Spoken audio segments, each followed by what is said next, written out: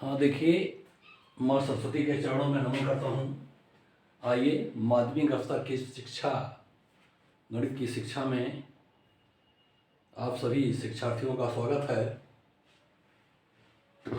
देखें, आज हम संख्या का लाग निकालना बता रहे हैं, कैसे लाग निकाला जाता है और क्या प्रोसेस है उसका निकालने का। किसी संख्या का लाग ज्ञात करना है। किसी संख्या के लाग का मान एक अन्य संख्या होती है। इस संख्या के दो भाग होते हैं। पहला भाग पूर्णांश भाग होता है जिसे कैरेक्टरिस्टिक, और दूसरा भाग दशमलवांश भाग होता है या मनेटिसा कहते हैं, मैंटिसा। पहला भाग देखिए, इसका पूर्णांश भाग। किसी भी संख्या के लघुगणक का पूर्णांश ही पूर्णांश भाग होता है। यह संभव है कि पूर्णांश भाग शून्य हो, जैसे 0.35251, इसमें पूर्णांश भाग शून्य है। दशमलवांश भाग देखिए, किसी भी संख्या के लघुगणक का भिन्नात्मक भाग जो अपूर्णांश या दशमलवांश कहते हैं, यह भी हो सकता है कि दशमलवांश शून्य हो, जैसे 3.0000, ये सब क्या है, इसमें दशमलवांश शून्य है, पूर्णांश 3 है। अब आता है, यहाँ लिखा है इस मान में दशमलवांश शून्य है। देखिए क्या, दशमलवांश में सभी 0 हैं, लेकिन पूर्णांश में 3 है। अब आता है इकाई से छोटी संख्याओं का लघुगणक।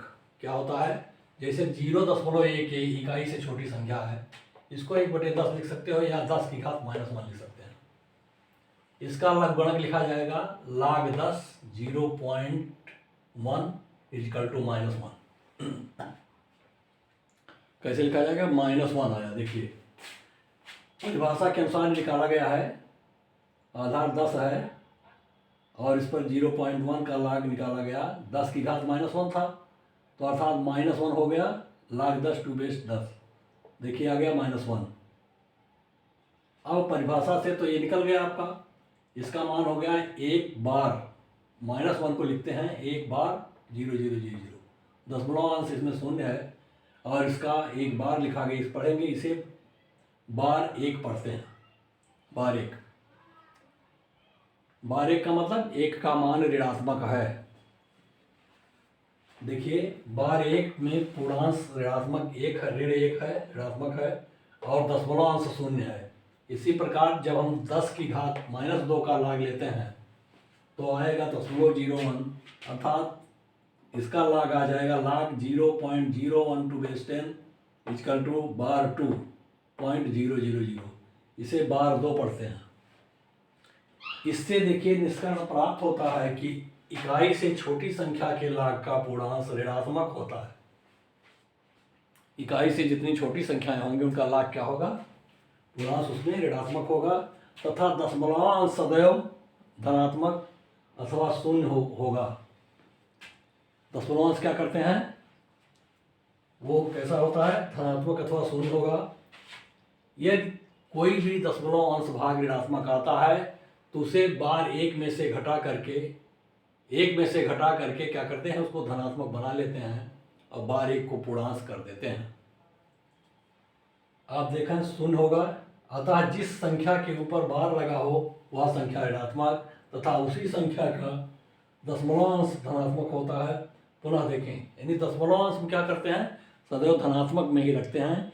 केवल पूर्णांश हम बार या धन ऋण में बदल सकते हैं, लेकिन दशमलवांश भाग हमेशा धनात्मक में ही रखते हैं, धनात्मक ही होता है। देखिए 10 की घात 1 = 10, तब log 10 टू बेस 10 = 1। पूर्णांश इसमें देखिए 1 हो गया, धन 1, अतः संख्या का लाग लेने पर पूर्णांश धन अथवा ऋण स्वयं दशमलव के बाएं अंकों की संख्या पर लिखते हैं। दशमलव के बाएं अंक जितनी संख्या होती है उसी के अनुसार हम पूर्णांश को लिख देते हैं।